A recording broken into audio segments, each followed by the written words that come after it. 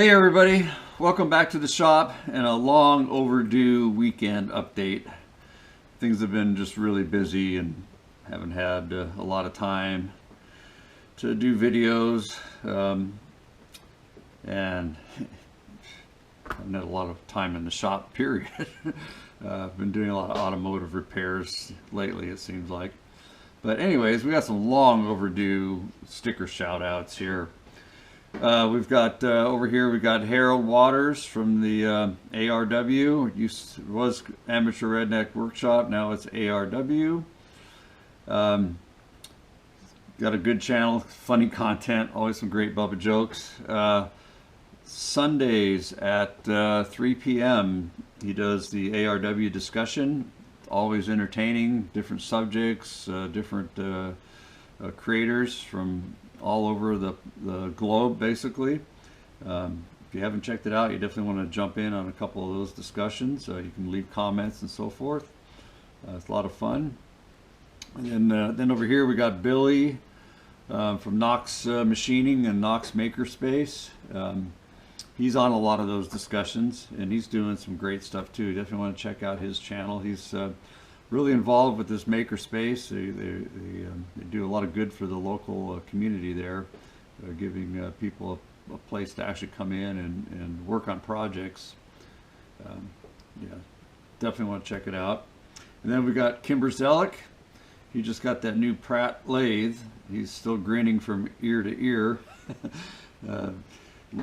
Testing it out and trying out all the features and so forth. So he's entertaining to watch, and definitely want to check him out. And then this one here is from K Lim, and I hope I'm pronouncing that right. Apologies if not, but he's over in Vietnam and does some amazing work. And if you haven't seen his channel, you want to especially go back and look at some of his early videos where he was, still trying to get his shop set up and didn't have a lot of tools or equipment, but was still doing some really amazing work. And he's done some beautiful job restoring machine tools and building a lot of nice tools. Definitely want to check him out. And in 1 second here, we got one of his t-shirts also. That is just an awesome t-shirt, really cool. Yeah, so there we go. I'll put links down below to all these guys' channels, so you guys can check them out. So I replenished my thread locker supply, and I usually get 10, maybe longer years out of a bottle, so I don't have to buy it very often. And we got the traditional red 262. This one is a new formula. So the old blue was 242. They've updated to 243 now. And the difference from what I was able to gather is it works better on plated fasteners, and it eliminates the need for primer on the plated fasteners, and it's more oil tolerant as well. Okay. The other thing they did is they redesigned the bottle, which is kind of cool. It actually has an on-off feature, which is kind of handy. Yeah, so this should last us another 10 years. I shopped around quite a bit. I ended up buying both of these on Amazon. The prices out there vary quite a bit. I think I got these for around $12 each, and I was finding pricing from $40 to $12. So the pricing is all over the place. I really got to shop around, and that was for the same size containers. All right, let's talk lathe dogs for a second. I hardly ever use these. In fact, I've never used these two. And let me get you guys zoomed in here a little bit. So these are forged in USA. They're Vulcan brand. Good quality. They've actually swedged out or broached out. I guess broaching is better terminology. They actually broached out the bore here, so it it should be fairly true and flat. But they did leave burrs on both sides, and you can see I've gone around with I just used the Dremel tool, a little stone, and just cleaned these up, and also cleaned up the screw. There were some burrs on the screw as well, so definitely need to look at these when you get them. They're not ready for use right out of the box. And then I looked at some of the other ones that I had. This one here, it's a Superior brand, and it's from Japan. And I don't know where I got it. I think it came from, a state sale or something. But it's actually machined out, so not too bad. It's got a coat of paint on it. But yeah, that one's not bad. I think it's cast. Yeah, it looks like it's cast. And then I've got, I don't know where I got these, but I mean, look at the difference in quality. Can you guys see this? The grub screw is not even on center. The bore is just cast. This one, I think I cleaned it up a little bit with a file, but just not very good. This one here, it's got a part number, but it doesn't really have a brand, and it appears to be cast, and it's rough on the inside. So this is a good one. What I'll probably do is put it in the mill and just clean it up a little bit, maybe try to make a V pattern. And then I've got some really junk ones.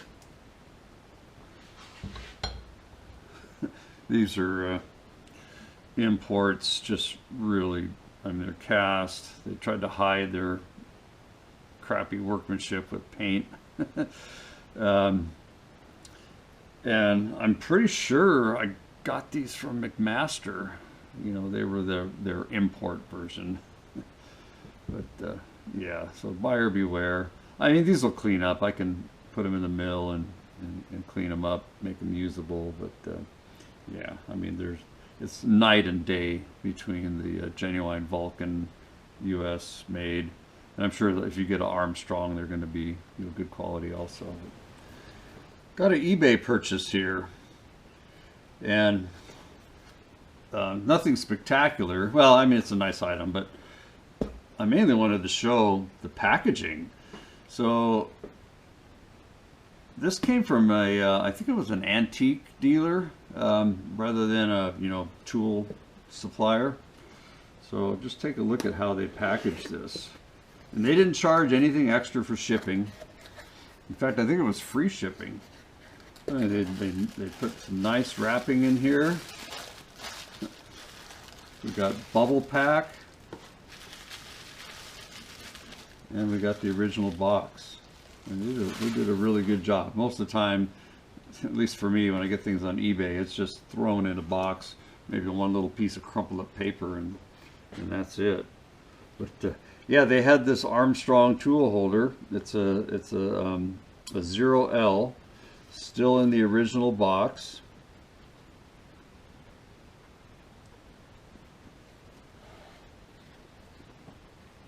Still in the original wrapping. I already opened this once, so we're recreating the opening here. Okay. So brand new, never been used, Armstrong tool holder. It's got some kind of coating on it.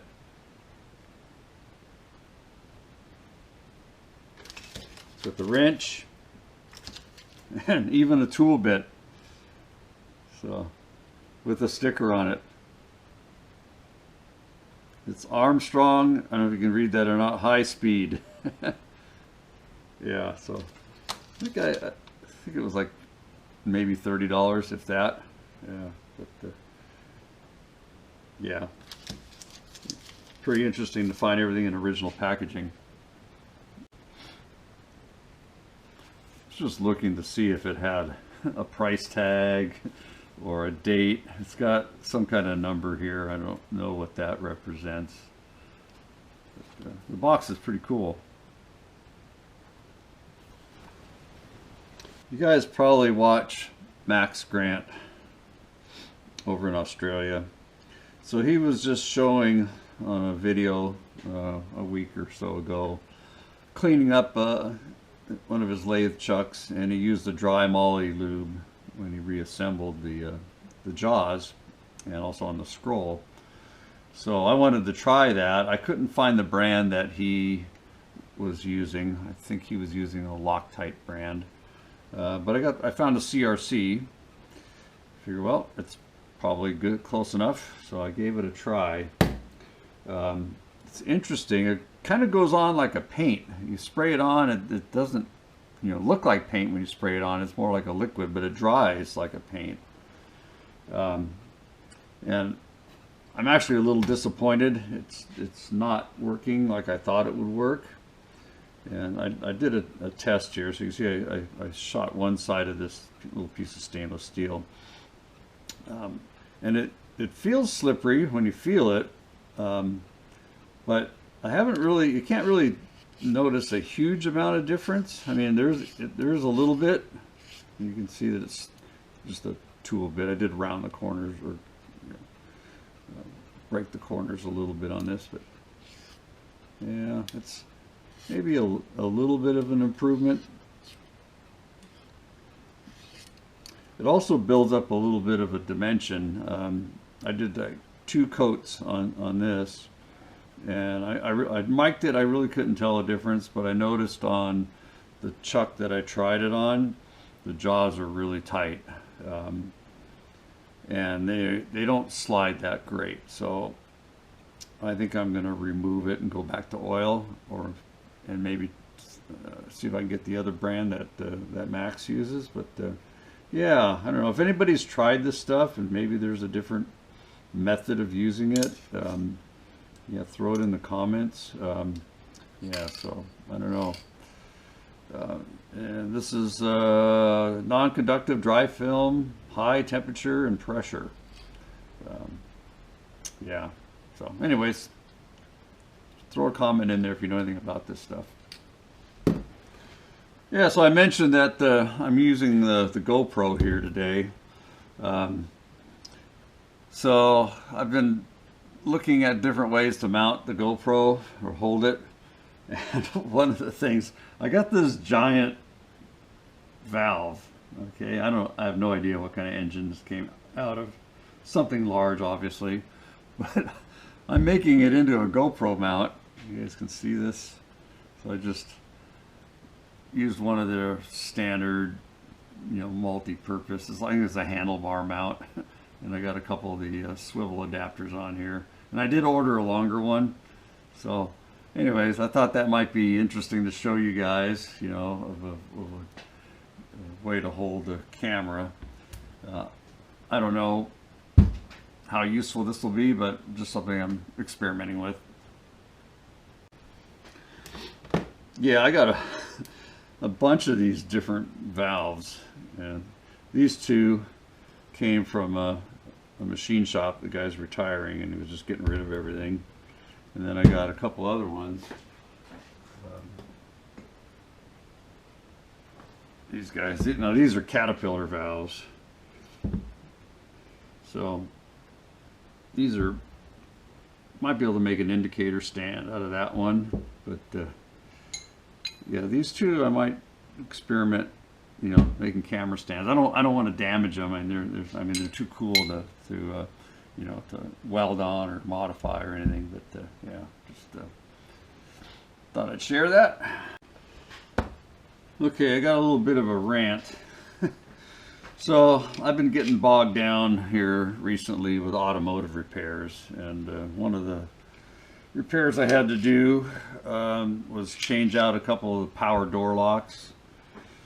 I mean, these things are no fun to replace, at least not in the this is Ford Explorer. It was pretty much an all-day job to change one of these in the rear passenger door. and I replaced it with,